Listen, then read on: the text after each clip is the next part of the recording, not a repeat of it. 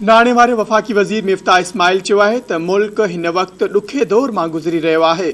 IMF असां मां ख़ुशि नाहे, हुकूमत खे वधीक ॾुखिया फ़ैसिला करणा पवंदा।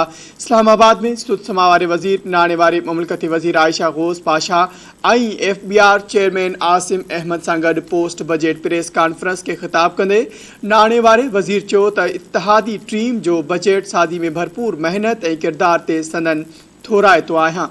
नाणे वारे वज़ीर चयो त सरकारी मुलाज़मनि जी कारकर्दगी सबबि संदन पघारुनि में 15% वाध कई वई आहे। पाकिस्तान हिन वक़्तु ॾुखे दौर मां गुज़री रहियो आहे ऐं इहो ई सबबु जो त असां ॾुखे वक़्त में बजट पेश कई आहे। 500 अरब रुपयनि जो सर्कुलर डेट ॾिनो, 1100 अरब रुपयनि जी बिजली जी मद में सब्सिडी ॾिनी, मतिलबु 16 रुपया फ़ी यूनिट बिजली ते सब्सिडी ॾेई रहिया आहियूं। माज़ी में एतिरो ॾुखियो माशी वक़्तु नाहे ॾिठो जेतिरो अॼु ॾिसी रहियो आहियां। वफ़ाक़ी वज़ीर चयो त गैस में 1400 अरब रुपयनि जी सर्कुलर डेबिट करे छॾियो, $20 जे LNG घुराए $2 में विकिरो करे नुक़सानु कयो। नाणे वारे वज़ीर जो चवणु हो त कंहिं जी फैक्ट्री खे बंदि न कंदासीं। जेकॾहिं अॻूणी हुकूमत कंहिं सां सस्ती गैस फ़राहम करण जो मुआहिदो कयो आहे त असां खेनि गैस ॾींदासीं। नाणे वारे वज़ीर मिफ्ता इस्माइल वधीक चयो त मुल्क खे इंतिज़ामी हवाले सां ठीकु करणो आहे। जेकॾहिं श्रीलंका जहिड़ियूं हालतूं थियूं त माण्हू माफ़ न कंदा। मुल्क खे श्रीलंका जी हालतुनि ताईं पहुचण खां बचाइण ऐं ॿियूं टारगेट ग़रीब आवाम खे रिलीफ ॾियणु आहे। वफ़ाक़ी वज़ीर जो चवणु हो त मालियाती पॉलिसी में कुझु सख़्ती ईंदी, असां मुल्की वसीलनि जो 5% बि इस्तेमालु न पिया करे सघूं। वापारियुनि लाइ फिक्स टैक्स स्कीम आंदी आहे। प्रेस कॉन्फ्रेंस दौरान FBR चेयरमैन आसिम अहमद चयो त 25 लख वापारियुनि खे उन स्कीम में शामिल कंदासीं। नाणे वारे मुमलिकती वज़ीर आयशा ग़ोस पाशा चयो त मुश्किल फ़ैसिलनि जो मक़सदु मुल्क खे बहरान मां कढणु आहे। कोशिश आहे त अवाम ते घटि में घटि असर पवनि। पुठिते पियल तबिके जी सोशल सेफ्टी नेट प्रोग्राम लाइ फंड्स वधाया आहिनि। ज़रई शोबे खे मराहतूं ॾिनियूं आहिनि। उन जो बि बुनियादी मक़सदु महांगाई खे कंट्रोल करणु आहे त जीअं मक़ामी सतह ते शयूं पैदा करे सघजनि। नाणे वारे वज़ीर सहाफ़ी जे सवाल जो जवाबु ॾींदे चयो त 25,000 दुकानदारनि खे टैक्स नेट में शामिल कंदासीं। दुकानदारनि ते मामूली टैक्स लागू करे रहिया आहियूं। जेकी शयूं रहिजी वियूं आहिनि उहे बजट में शामिल कंदासीं। बजट में ईंदड़ 15 ॾींहनि में कुझु नंढियूं तब्दीलियूं थींदियूं। नाणे वारे वज़ीर चयो त लॻे नथो त आलमी मार्केट में तेल जूं क़ीमतूं घटि थींदियूं। PDL जो टैक्स लॻंदो त महांगाई में वाधारो ईंदो। पेट्रोल महांगो थींदो त पैसा क़ौम ते ख़र्च थींदा। फ़ौज जी बजट में लिखत में मौजूदु आहे। का शइ नाहे लिकाई। कोशिश कयूं पिया त क़ौम जो हिसो मुल्क खे ॾुखियाईनि मां कढण में इस्तेमालु कयूं।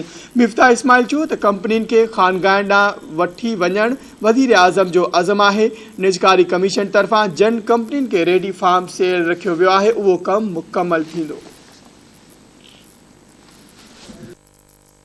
ये मुल्क को मैं आपको सच बता रहा हूँ कि एडमिनिस्ट्रेटिवली ठीक करना होगा, वरना ये मुल्क की इकोनॉमी नहीं चलेगी।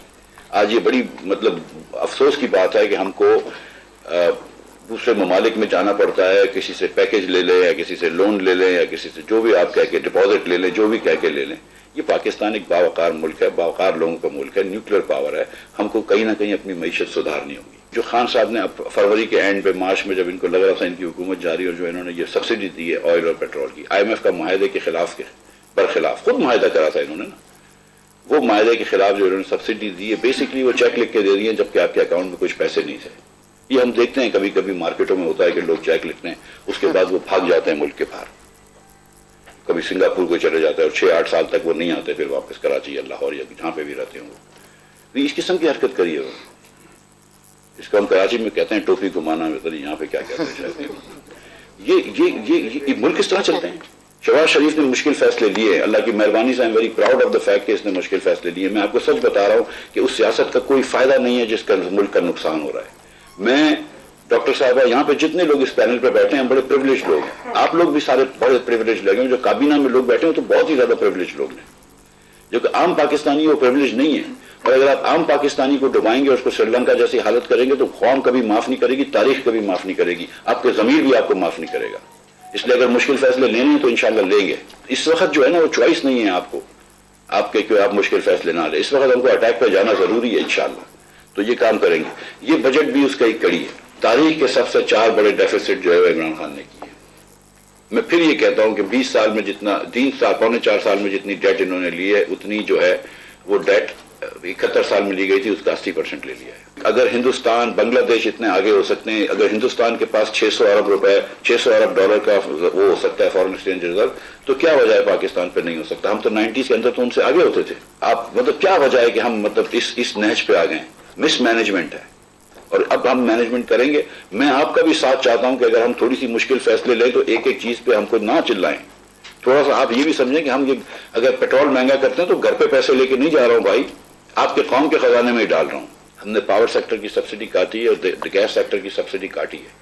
अब अगर पावर सेक्टर और गैस सेक्टर को हम सब्सिडी देंगे तो डेफिसिट बढ़ जाएगा, डेफिसिट बढ़ जाएगा तो इंटरेस्ट रेट बढ़ जाएगा, इंटरेस्ट रेट बढ़ जाएगा, महंगाई इधर आ जाएगी, मुझे बोरो करना पड़ेगा और बोरो